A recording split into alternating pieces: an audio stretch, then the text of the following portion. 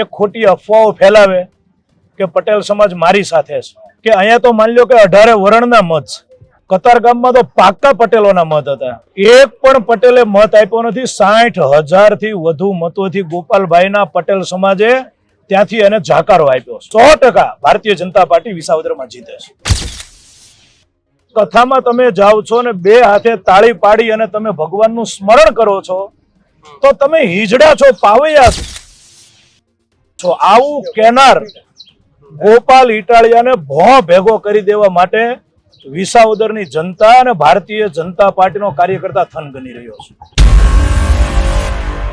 ગામડામાં અમને એવો ભાવ થાય કે જાણે કોઈ ભાગવત સપ્તાહમાં અમારું સામૈયું થતું હોય. ક્યાંક અમારા ઉમેદવારને ઘોડા ઉપર બેસાડે, આગળ ઢોલ નગારા વાગતા હોય, કુમકુમ તિલક કરતી અમારી દીકરીઓ. આ લાગણી, આ પ્રેમ કે અમારા સુકાની એ નરેન્દ્રભાઈ મોદી. ગોપાલભાઈ એવું કહેતા હોય કે હું હિન્દુ વિરોધ અને સંસ્કૃતિ વિરોધ નથી, તો તમામ જનતાને મારું નિવેદન છે, એના ટ્વિટર, એનું ફેસબુક આઈડી ચેક કરે.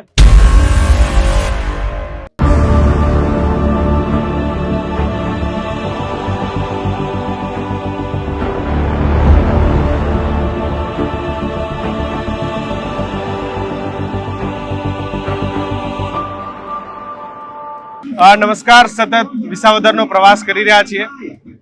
ત્રણેય પક્ષ એડી ચોટીનું જોર લગાવી રહ્યા છે અને ભારતીય જનતા પાર્ટીએ ઉપત ભાયાણી, હર્ષદ રીપડિયા બંનેનો ભાજપમાં સમાવેશ કર્યા બાદ કિરીટ પટેલને ટિકિટ આપી છે અને ભાજપે આ સીટને જીતવા માટે તનતોડ મહેનત કરી રહ્યું છે.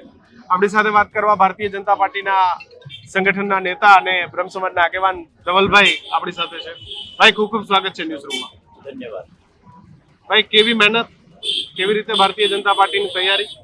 અગાઉના બે જે ધારાસભ્યો હતા એને ભારતીય જનતા પાર્ટી જોઈન્ટ કરી લીધી છે અને ત્યારબાદ ફરી એક વખત ચૂંટણી આવી છે, ત્યારે ભાજપની કેવી તૈયારી? ભારતીય જનતા પાર્ટી 365 દિવસ કામ કરવા માટે એનો કાર્યકર્તા ટેવાયેલો છે.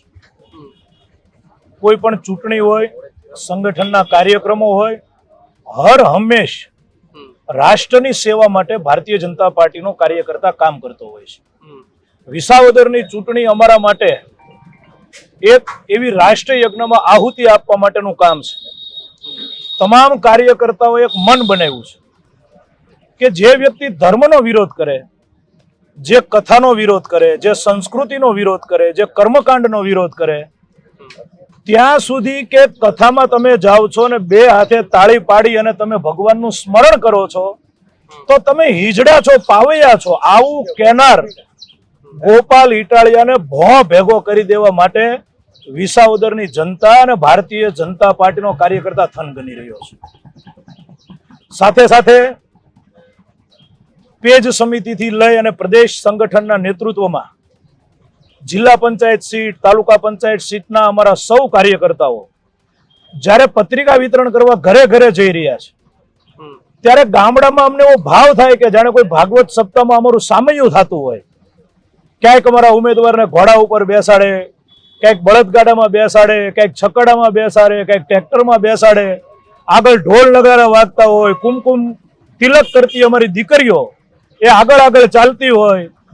આ લાગણી, આ પ્રેમ એ ભારતીય જનતા પાર્ટીને એટલે મળે છે કે અમારા સુકાની એ નરેન્દ્રભાઈ મોદી.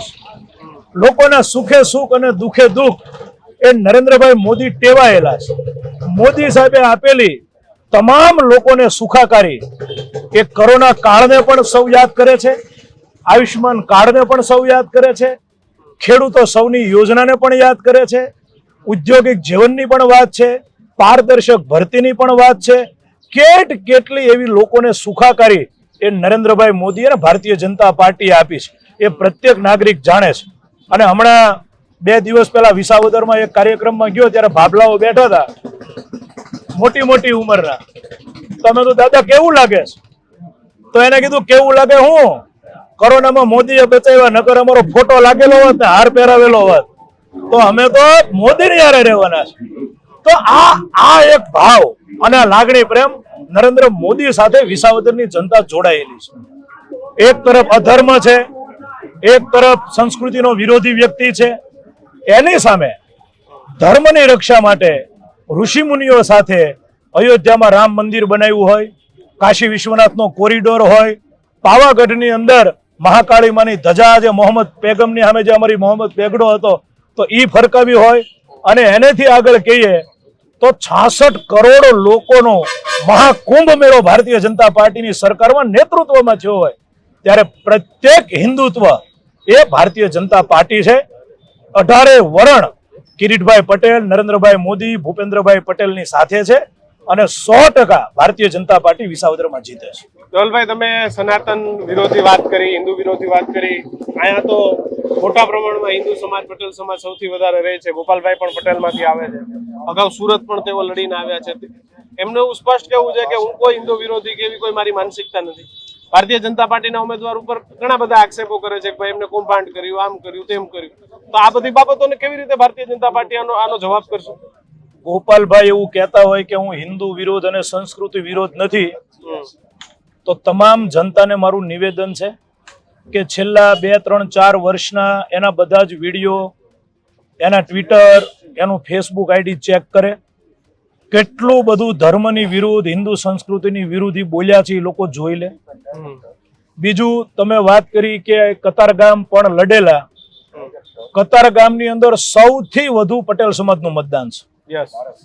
હવે અત્યારે એક ખોટી અફવાઓ ફેલાવે કે પટેલ સમાજ મારી સાથે છે, તો આ ખોટા માણસને તમારા માધ્યમથી મારે કહેવું છે કે અહીંયા તો માની લો કે 18 વરણના મત છે. કતારગામમાં તો પાક્કા પટેલોના મત હતા. એક પણ પટેલે મત આપ્યો નથી. 60,000 થી વધુ મતોથી ગોપાલભાઈના પટેલ સમાજે ત્યાંથી એને જાકારો આપ્યો છે. વિનુભાઈ મોરડિયા અમારા પ્રવાસમાં છે, કહેતા હતા કે આ ગોપાલભાઈ ઇટાળિયા એમ કહેતા હતા કે હું હારીશ તોય તમારી વચ્ચે રહીશ. તો કતારગામના લોકો એને શોધે છે 2022 થી કે ભાઈ તમે હારી ગયા છો તો તમે છો ક્યાં, તમારું મકાન ક્યાં છે? અહીંયા આવ્યા તો અહીંની જનતાને કહે છે કે હું તમારી વચ્ચે રહીશ. મતદાર યાદી જોવે.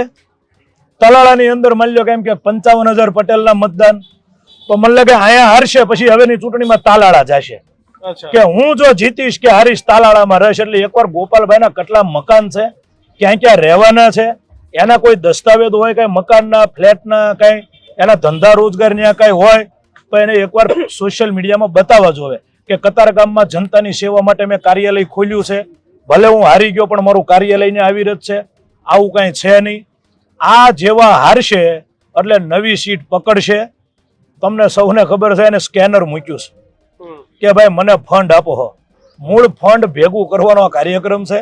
એને પોતાને ખબર છે કે આપણે જીતવાના નથી, કારણ કે આ વિસાવદરની જનતાએ નક્કી કર્યું છે કે અમારે વિકાસની રાજનીતિ હારે જવું છે. અને આ વિકાસથી આ લોકો 12 વર્ષથી વંચિત રહ્યા છે. આ વખતે નક્કી કર્યું કે હવે કોઈ ભૂલ નહીં, હવે મોદી સાહેબની સાથે જ રહેવાનું છે, ભાજપની સાથે જ રહેવાનું છે અને કમળ ખીલાવવાનું છે. બિલકુલ, આભાર ધવલભાઈ મારી સાથે જોડાવા બદલ. તો ભાજપનું માનવું છે કે આ લડાઈ એ ધર્મ અને અધર્મની છે, કારણ કે ગોપાલ ઇટાલિયા જે રીતના સોશિયલ મીડિયામાં જે વાતો કરતા હતા એનું ભાજપ અત્યારે મુદ્દો બનાવી રહી છે. તમારું શું માનવું છે ખાસ કમેન્ટ બોક્સમાં લખજો. જોતા રહેજો ન્યૂઝરૂમ. નમસ્કાર.